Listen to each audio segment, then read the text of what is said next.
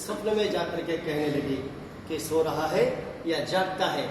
वह कहने लगा कि माँ सोता भी नहीं हो और जागता भी नहीं हो, बीच में हो, कहो क्या किया है। माँ कहने लगी कि तेरे घर बार कुछ है या नहीं।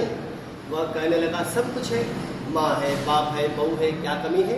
तब माँ कहने लगी कि बेटा तेरे घरवाली घोर कष्ट उठा रही है, तेरे माँ बाप से बहुत त्रास दे रहे हैं, वह तेरे लिए तरस रही है, तू उनकी सुधरे। तब वह कहने लगा कि हाँ माता जी है तो मुझे मालूम है, पर जाऊं तो जाऊं कैसे। परदेश की बात, लेन देन, हिसाब किताब, ग्राहकों को माल बेचना, यह सब छोड़ करके कैसे चला जाऊं। तो माँ कहने लगी कि सुन मेरी बात मान, सवेरे जल्दी उठो, नहा धो करके संतोषी माता को दंडवत करो, घी का दीपक लगाओ और दुकान के ऊपर जाकर के बैठ जाओ। थोड़ी देर में ही तेरा लेन देन छुप जाएगा, जमा माल बिक जाएगा और सांझ होते ही धन का ढेर लग जाएगा। अब तो वह सवेरे बहुत ही जल्दी उठा, भाई बंधुओं से अपने सपने की बात कहने लगा। वे सब उसकी बात सुनकर के जिंदगी उड़ाने लगे कि कहीं कोई सपने की भी बात सच होती है। उतने में एक बूढ़ा बोला कि देख भाई मेरी बात मान, इस तरह सांच झूठ करने के बदले जैसा तुमको देवता ने कहा है वैसा करने में तेरा क्या जाता है। अब वह बूढ़े की बात मान लिया, नहा धो करके संतोषी माता को दंडवत किया, घी का दीपक लगाया और दुकान के ऊपर जाकर के बैठ गया। अब थोड़ी देर में क्या देखता है, देने वाले हिसाब देने लगे, लेने वाले हिसाब लेने लगे। कोठे में भरे सामानों के खरीदार नगद दाम दे करके सौदा करने लगे। शाम तक धन का ढेर लग गया। मन में माता का नाम लिया, चमत्कार लेकर घर ले जाने के वास्ते गहना कपड़ा और सामान खरीदने लगा। यहाँ के काम से निपट करके तुरंत घर पर रवाने हुआ। वहाँ बहू बेचारी रोज जंगल में लकड़ियाँ लेने के लिए जाती है और लौटते वक्त माता जी के मंदिर पर विश्राम करती है, क्योंकि वह तो उसका रोज का रुकने का स्थान ठहरा। दूर धूल उड़ती हुई देख करके वह माता जी से पूछती है कि माँ आज ये धूल क्यों उड़ रही है। तब माँ कहने लगी कि बेटी अब तुम्हारा मालिक आ रहा है, अब तुम ऐसा करो कि लकड़ियों के 3 बोझ बना करके ले आओ। एक नदी किनारे रखो, दूसरा माता जी के मंदिर पर और तीसरा अपने सर के ऊपर रखो। तेरा पति यहाँ आएगा, सूखी लकड़ी देख करके नाश्ता पानी बनाए, खाए पी करके अपने घर को जाएगा। उसी समय तुम जाना, लकड़ियों का भारी बोझ आंगन में डाल देना और जोर से 3 आवाजें लगाना कि लियो सासू जी लकड़ी का कट्ठा लियो, भूसी की रोटी दियो और नारियल के खोपड़े में पानी दियो। आज मेहमान कौन आया है। बहुत अच्छा माता जी, बहुत अच्छा।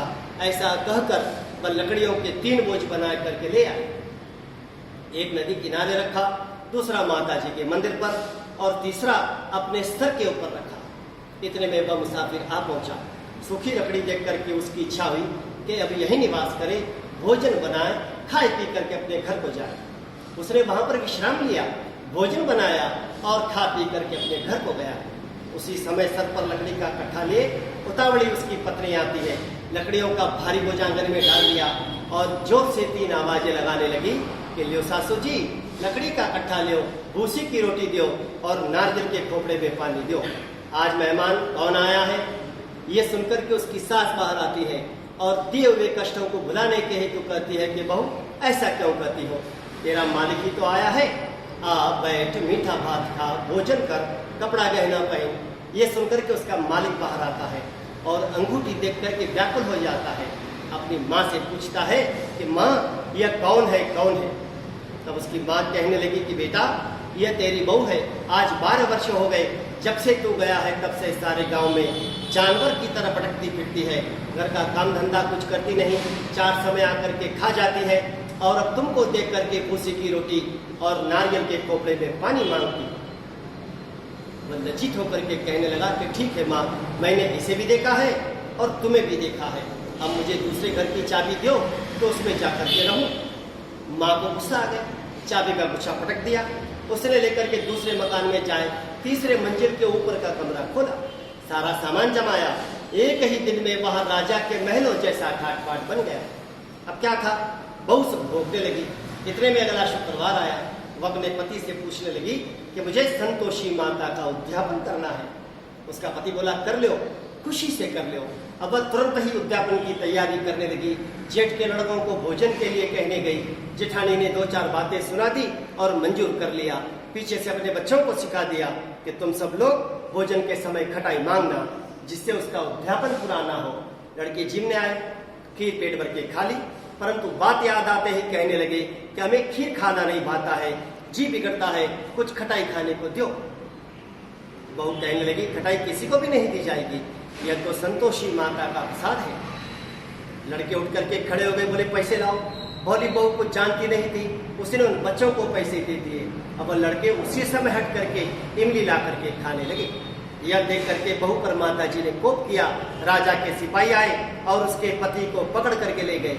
अब जेठ जेठानी मनमाने खोटे वचन कहने लगे कि साला लूट लूट करके जो धन इकट्ठा करके लाया है अब सब मालूम पड़ जाएगा जब जेल की मार खाएगा। ऐसे वचन बहू से सहन नहीं हुए। वह रोती रोती माता जी के मंदिर में गई, मातेश्वरी के चरणों में गिर करके रोने लगी। दिन हो विनती करके कहने लगी कि माँ यह तुमने क्या किया है, हंस करके क्यों रुलाने लगी हो।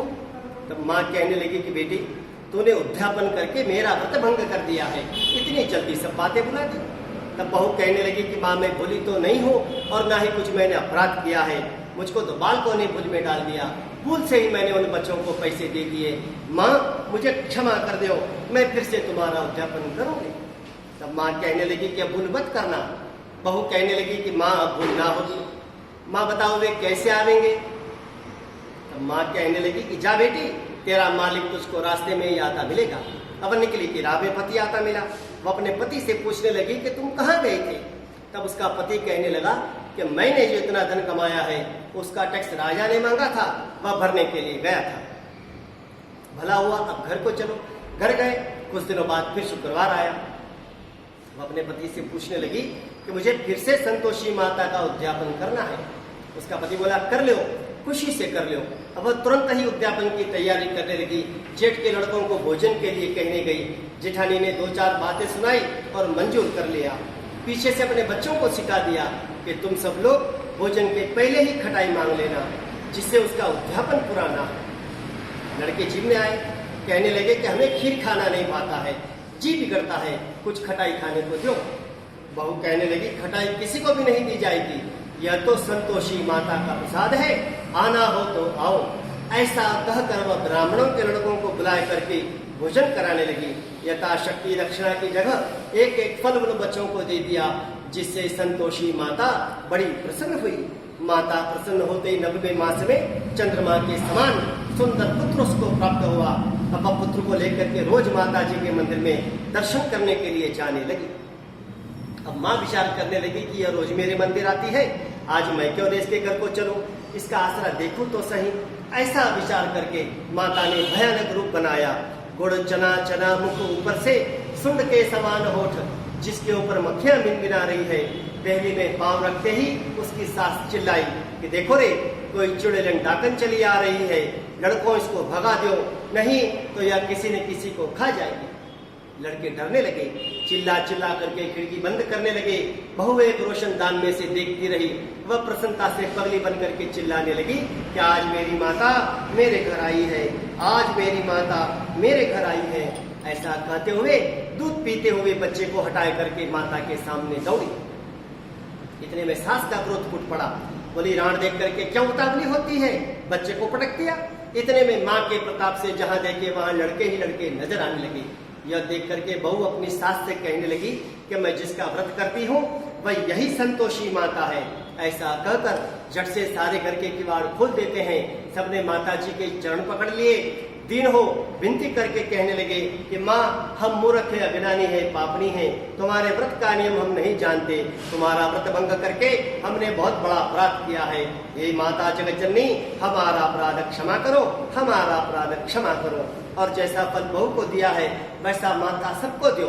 जो यह कथा पढ़ेंगे सुनेंगे उनके मनोरथ पूर्ण हो। बोलो संतोषी माता की जय। योग सिद्ध विदेक जन के गुरष्टाक्ष के आदेश श्लोक में ही सब शास्त्रों का सार बता दिया है। ग्रंथ करोड़न में कहूँ कहूँ मैं सबका सार, ब्रह्म सत्य जग झूठ ही जीवन ब्रह्म निहाल। जीवन से जीवन जगत माया खेलत खेल, ब्रह्म रूप पहचान लो ताड़ जगत की जय। बोलो संतोषी माता की जय।